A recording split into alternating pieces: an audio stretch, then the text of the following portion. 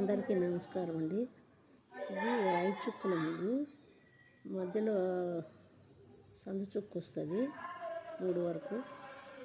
దీన్ని ఇట్లా రౌండ్ తిప్పాను చూడండి. మధ్యలో మనం పూలాగా వేసేసుకొని రౌండ్ తిప్పేస్తే సరిపోతుంది. ఈ మధ్యలో చిన్న పువ్వు వచ్చి మనం ఓన్గా వేసుకోవాలా. పైన ఇట్లా రౌండ్లు తిప్పాం కదా, అంతవరకే వస్తుంది ముగ్గు. పైన ఈ పువ్వులు మాత్రం మనం ఓన్గా వేసుకోవాలా. చాలా బాగుంది కదా, సింపుల్ ముగ్గులండి. ఈజీ.